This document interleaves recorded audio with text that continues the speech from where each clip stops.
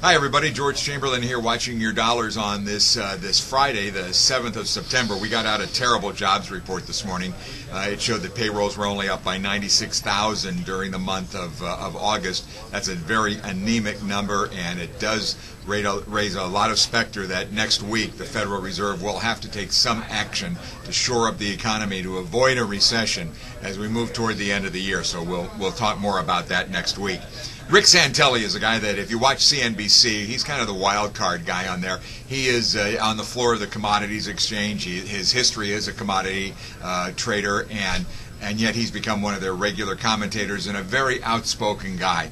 And he was trying to explain to people what the number $1 trillion means. You know, there was an old expression on Wall Street. One of the members of Congress once said, and this goes back many years, he goes, $1 million here, $1 million there. Pretty soon you're talking about a lot of money.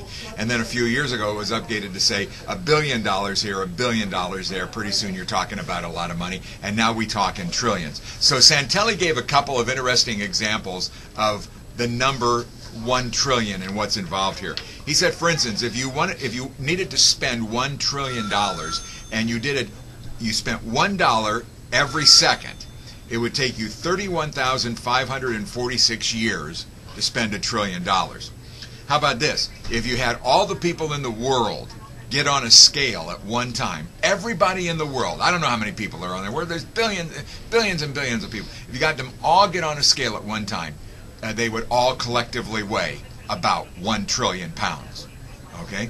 And the other one that was neat, he said if you took 1 trillion bricks, okay, and wanted to recreate the Great Wall of China, okay, you would be able to do that 258 times.